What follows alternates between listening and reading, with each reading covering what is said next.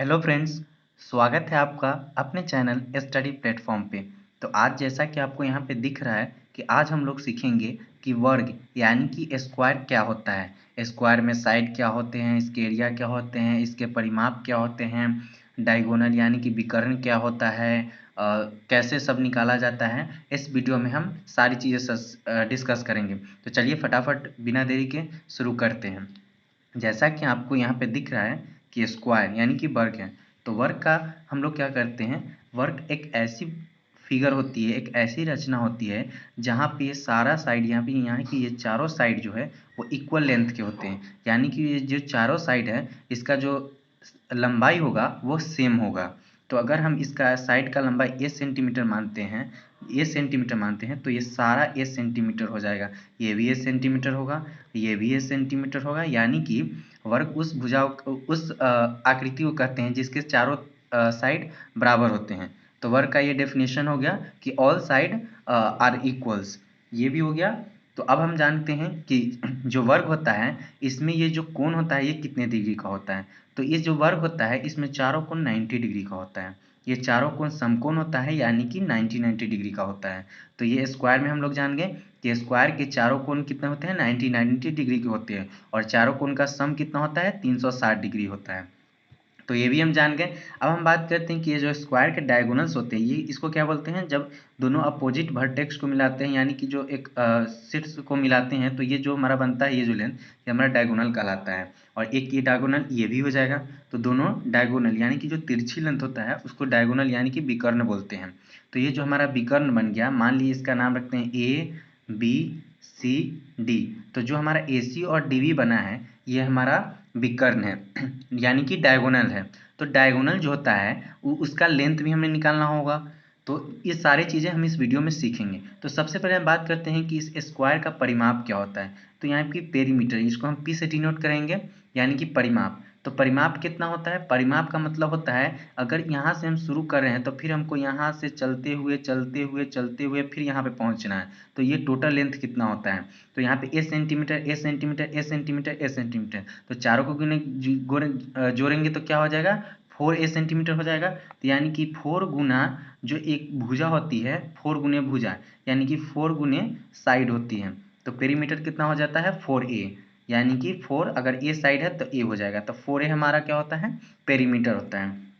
अब हम बात करते हैं कि इसका एरिया कितना होता है। तो देखिए एरिया हम दो सिंपल सी बातों में बता दें तो आपको एरिया निकालने के लिए कुछ नहीं करना है, सिर्फ जो साइड है इसको स्क्वायर कर देना है। तो यानी कि जो एरिया होता है ए से हम इसे डिनोट कर रहे हैं। तो जो एरिया होता है वो क्या होता है कि ए गुना ए यानी कि ए स्क्वायर हो जाता है और यहाँ सेंटीमीटर स्क्वायर हो जाएगा।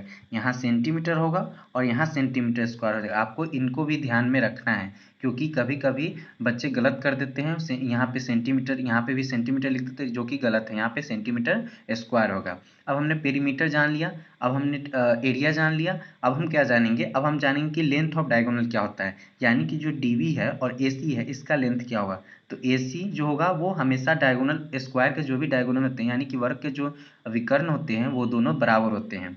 तो वर्ग के जो दोनों विकर्ण है वो क्या है, यहाँ पे एक एसी है और एक डीबी है। एसी है और डीबी है तो एसी बराबर डीबी हो जाएगा। और ये जो हम वर्ग का विकर्ण निकालते हैं इसमें ये तो इसका होता है √2 गुने ए होता है, √2 गुने साइड होता है यानी कि √2 ए सेंटीमीटर हो जाता है। तो वर्ग का जो विकर्ण होता है वो √2 ए सेंटीमीटर, √2 गुने भुजा होता है, √2 गुने भुजा होता है। किसी भी एक भुजा को लिख दो यानी कि यहाँ पे चारों भुजा बराबर ही होता है तो किसी एक भुजा को लिख देंगे तो ये हमारा वर्ग का विकर्ण हो गया। अब हम बात करते हैं कि वर्ग का जो विकर्ण होता है वो यहाँ पे इसका ये फिगर कैसा होता है, यहाँ पे ये क्या करता है नहीं करता है। तो हम सारी चीज़ों को जानेंगे। तो देखिए जब ये ए सेंटीमीटर हो गया, ये ए भी सेंटीमीटर हो गया, तो समद्विबाहु त्रिभुज के प्रॉपर्टी से ये एंगल क्या होगा, इस एंगल के बराबर होगा। तो यहाँ पे ये 90 डिग्री है, ये क्या है 90 डिग्री है। तो ये दोनों का सम 90 डिग्री हो गया।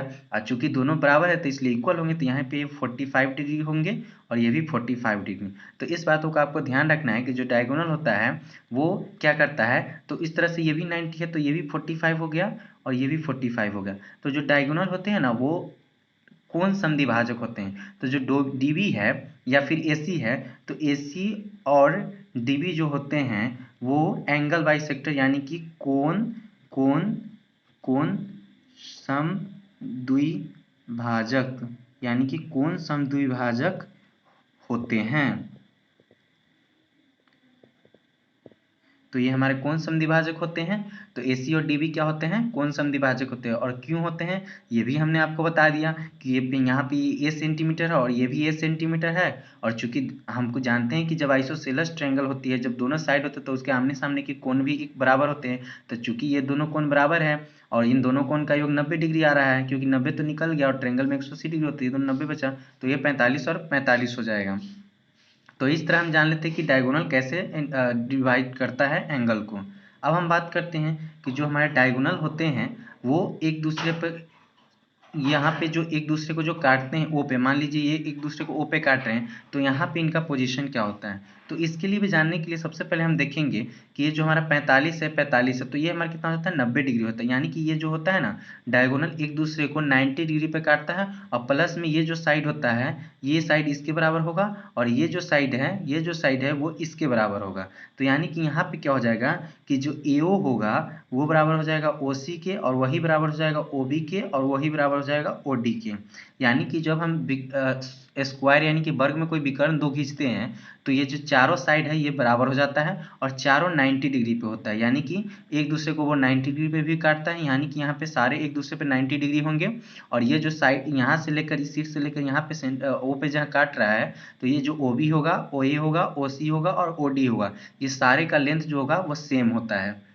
और एक चीज़ और जानना यहाँ जरूरी है, अगर हम पूरे का एरिया मानते हैं, अगर A स्क्वायर है, तो A स्क्वायर अगर यहाँ पे हमने पूरे एरिया माना है, A स्क्वायर माना है, हमने यहाँ पे A स्क्वायर सेंटीमीटर पूरा एरिया माना है, तो अगर ये चार में से किसी एक का एरिया पूछ देगा और पूछ देगा कि इसका एरिया बताइए, सिर्फ इसका एरिया, ये तीनों को छोड़ के, तो इसका जो एरिया होगा वो 1/4 कर देंगे, 1/4 ऑफ A स्क्वायर होगा।